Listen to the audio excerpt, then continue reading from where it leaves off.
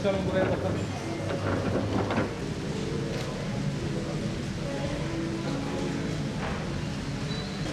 Biliyorsunuz turizm Van için çok önemli. Özellikle burada kış turizmi, tarih turizmi, inanç turizmi, kültür turizmi ve doğa turizmi konularında çok büyük bir potansiyele sahip bir kent Van. Ve maalesef bugüne kadar bu potansiyel olması gereken noktaya hiçbir zaman ulaşılmadı.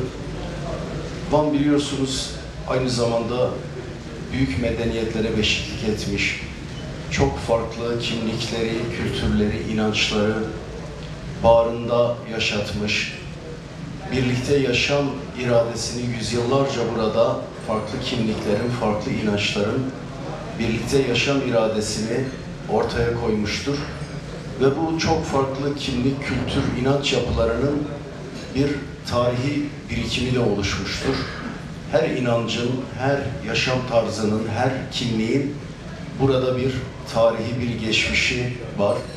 İşte bizler de burada geçmişle bugünü, geçmişle geleceği birleştirme adına ve burada yüzyıllarca birlikte, kardeşçe, büyük bir uyum içerisinde yaşamış farklı kültürlerin, farklı inançların, farklı kimliklerin yeniden bir arada yaşama iradesini güçlü kılmak ve geçmiş yüzyıllarda kendi vatanlarından, kendi topraklarından ayrılmak zorunda bırakılan Vanlıların da yeniden Van'la bütünleşmelerini sağlamak. Burada biliyorsunuz geçmişte çok farklı kimlikler birlikte yaşadılar. Kürtler, Türkmenler, Ermeniler, Nasturiler, Süryaniler, Yahudiler, Ezidi inancına sahip Kürtler ve birçok farklı kimlik ve inançların birlikte yaşadığı kadim bir şehirdir Van şehrimiz. İşte burada ayrılmak zorunda kalan yurttaşlarımızı, hemşehrilerimizi yeniden kendi kentleriyle, topraklarıyla buluşturma ve aynı zamanda işte tarihin bize miras olarak bıraktığı bütün o kültürel değerleri, bütün o tarihi değerleri ve doğal güzellikleri hem kendi halkımızla buluşturma hem de yabancı turistlerle buluşturma, Van'ın değerlerini başkalarına da tanıtma adına ve Van'ın turizm potansiyelini olması gereken noktaya taşıma adına biz bu Uluslararası Turizm Fuarı'nı çok önemsiyoruz. Ve biliyorsunuz 31 Mart seçimlerinden sonra belediyelerimiz yine halkımızın emekleriyle, fedakarlıklarıyla yine yeniden kayyum gaspından kurtuldu ve halkın belediyeleri oldu. Bizler bugüne kadar, seçildiğimiz günden bugüne kadar bu kentte yapılan bütün fuarların katılımcısı olduk, destekçisi olduk. Sadece Van merkezinde de değil, Van ilimizde de değil, İstanbul başta olmak üzere farklı yerlerde Van'ın tanıtımına katkı sunacak bütün etkinliklerin içerisinde de bizzat bulunduk. Dediğimiz gibi biz burada tarihi kültürel yapılarımızı ve diğer bütün doğal güzelliklerimizi burada gelen misafirlerimize inşallah bu 3 gün boyunca tanıtacağız. Van'ın çok önemli tarihi birikimleri var. Bunlar arasında biliyorsunuz en önemlisi Akdamar Adası'ndaki kilisedir. Bununla birlikte yine çeşitli yerlerde başta 7 kiliseler başta olmak üzere kiliseler, kümbetler, manastırlar, camiler, kaleler, burada büyük bir tarihi birikim var. Bununla birlikte biliyorsunuz burada çok önemli doğal güzelliklerimiz var. İşte Van Gölü, Dünya Miras Listesi'nde yerini almış, herkesin hayranlıkla baktığı, gördüğü, değer verdiği bir değerimiz. Bununla birlikte yine işte Muradiye Şelalesi'nden tutalım, Başkale'deki travertenlerden Kofirazlara, Peribacalarına kadar aslında her ilçede tarih kokan, doğal güzellikleri olan bir kentten bahsediyoruz. bizler işte bütün bu değerlerimizi hem geleceğe taşıma sorumluluğumuzla birlikte bunu hem yerli turistlere hem yabancı turistlere tanıtma sorumluluğumuz da var. Aynı zamanda bunu yaparken de yoksullukla baş başa bırakılmışız maalesef. Burada büyük bir genç işsizlikle de biz karşı karşıyayız. İşte bu turizm potansiyelini olması gereken noktaya taşıdığımızda genç işsizliğe de çare olacak bir durum da ortaya çıkacak ve istihdama yönelik elbette her zaman hassasiyetimiz olarak bahsettik.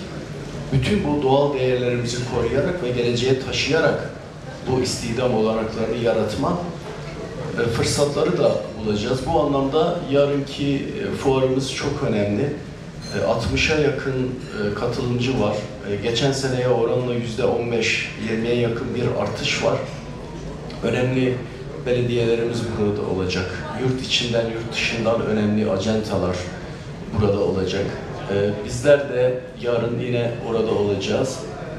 Bizler Van Büyükşehir Belediyesi olarak kentimizin dinamikleriyle birlikte geleceğe taşıma adına, potansiyelini olması gereken noktaya taşıma adına her zaman ön açıcı olmaya, kolaylaştırıcı olmaya, halkımızla birlikte olmaya devam edeceğiz. Bunu hep ifade ediyoruz aslında.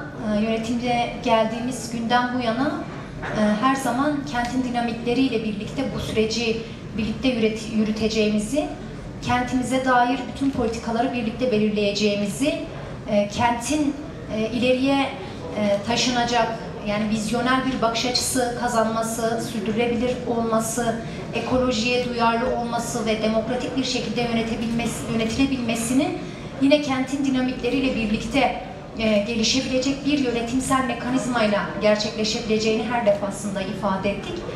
Bu da en nihayetinde pratiksel olarak dün gerçekleştirdiğimiz kent konseyinin kurulunda, yani toplantısında kentin dinamiklerinin bir araya gelmesiyle gerçekleşti.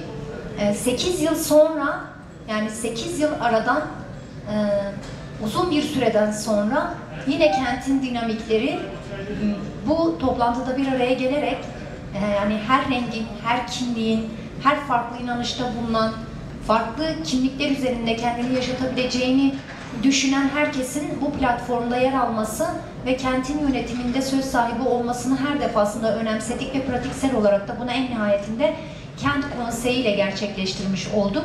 Bir kentin sorunlarının çözülebilmesi, bir kentin hak ettiği değerlerle yönetebilmesi, demokratik değerlerle yönetebilmesi ve hak ettiği koşullara ulaşabilmesi, seviyeye ulaşabilmesi için demokratik bir yönetimin şart olduğunu ve bu şartın, bu esasın yerine gelmesi için de gece gündüz çalışacağımızı, emek vereceğimizi her defasında ifade etmiştik. Dolayısıyla bunun kentteki hem gençlik, hem kadın, hem ekoloji ve diğer birçok değerlerin yaşatılması adına yürütülecek mücadelenin bir araya getirdiği kitlelerin, bir araya getirdiği dinamiklerin ortaya koyduğu hareketlerle, gerekirse yine toplumsal sorunlara karşı mücadele eden sivil toplum kuruluşlarıyla, yine bir şekilde mücadele eden siyasi partilerle bir araya gelerek bu kentin demokratik bir şekilde yönetilmesi ve hak ettiği değerlere ulaşabilmesi için elimizden geleni yapacağımızı ifade etmiştik.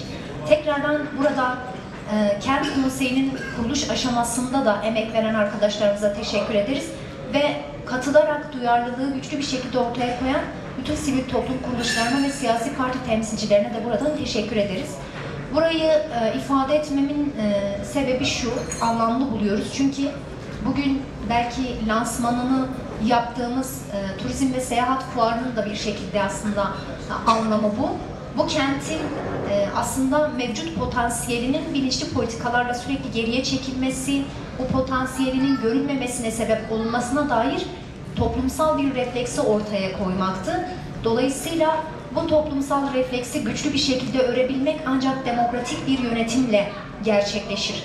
Biz de bu kentin tanıtımına, tarihi güzelliklerinin geleceğe taşınmasına, doğal güzelliklerin korunması için, sürdürülebilir olması için, yine buradaki turizm potansiyelini ortaya çıkarabilmesi için de demokratik yönetimin katkısının çok büyük olacağını ifade ediyoruz ve bunu belirtiyoruz.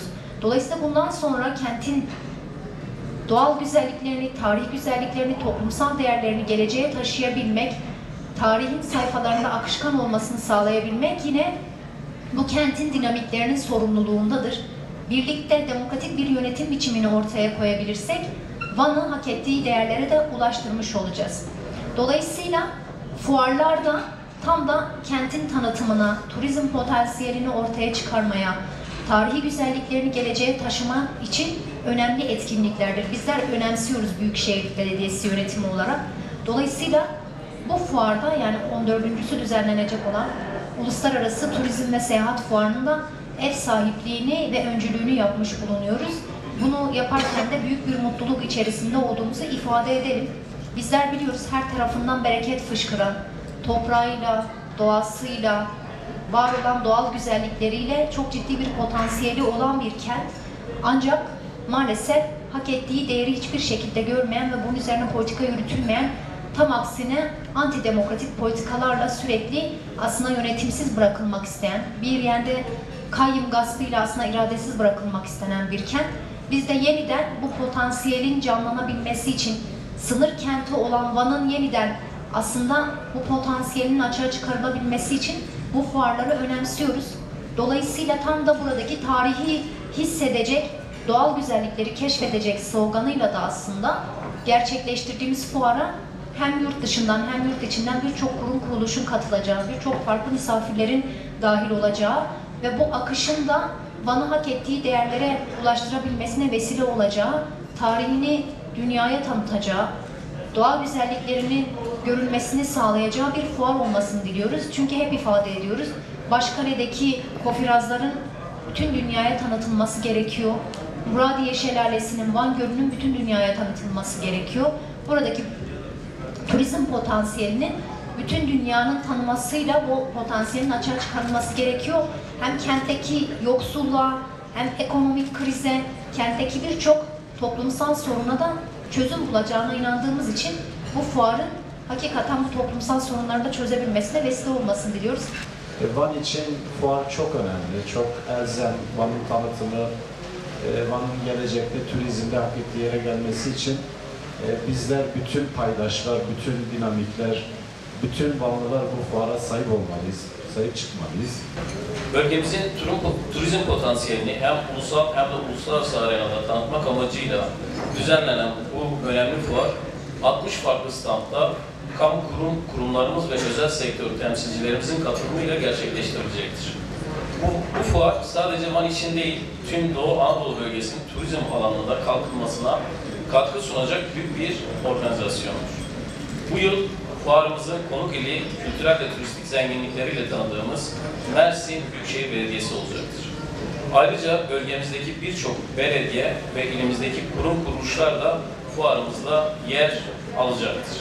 Bu bağlamda TÜRSAP Van İl Başkanlığımızın katkılarıyla Türkiye genelindeki birçok sayıda seyahat ajantasının fuarımızı ziyaret etmesi beklenmektedir.